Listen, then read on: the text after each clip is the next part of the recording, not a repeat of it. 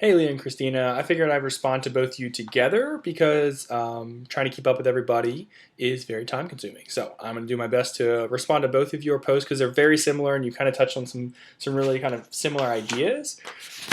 And so I really just don't thank you both for responding. I think your points are awesome. I mean, I think you're right on with the needs of the students and where we can go with this and where the remedial education really does fit best in terms of the big system and the big picture.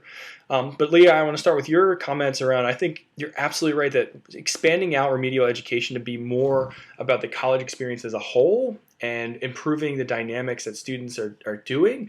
I think a really good example of that is the Uni 101 that UNCW provides, the University 101, where it is a generic basic conversation about learning styles and skills and experiences and all that, but also where we can get into some specific content areas if the instructor wants to do that, where they can set up study groups and provide feedback. I think we did that a lot in our Excel course, which I mentioned in Cliff's program, where it's a learning community for at-risk students who are not very likely to stay because of life circumstance, whether it be they lost a parent, they're first generation, they come from a single parent household. So there's a couple of different criteria there, as well as some academic components. So folks that aren't necessarily going to live on campus and didn't get into another learning community would be accepted into this one and be supported. So I think there's some options there of really branching that part of it out a little bit and really growing from there.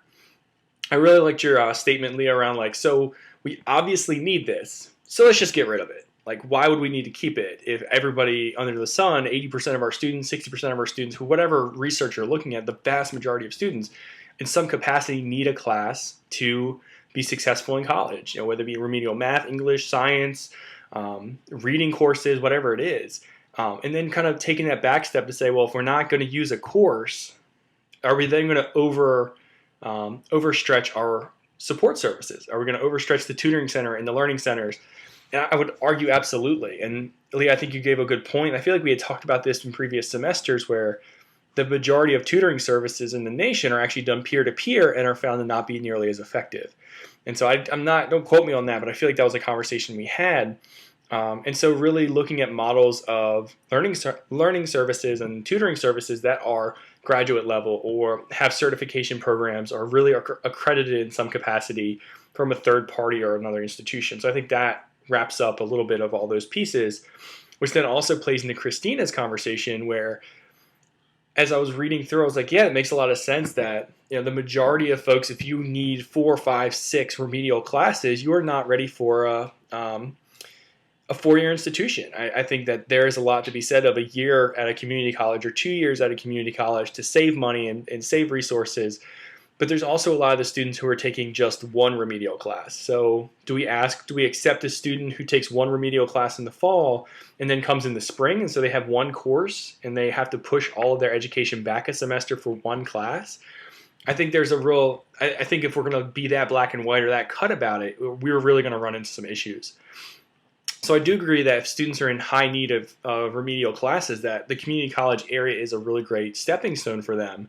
But that's not to say that students who need a few classes to get on par with their classmates shouldn't be able to move into an academic setting that is more rigorous and is more challenging because there are support services there.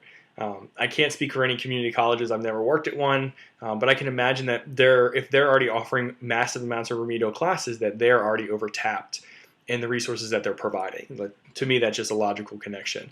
Feel free to, anybody who knows better, please let me know. Yeah, I think that's all my points. Okay, so I've checked off all my boxes on my little cheat sheet over here. So I look forward to hearing your responses. I will do my best to do some more typing. You guys are amazing. Thank you so much for your insight and your opinions. I think this is such a great conversation, and I look forward to reading more about it. Thanks, gang.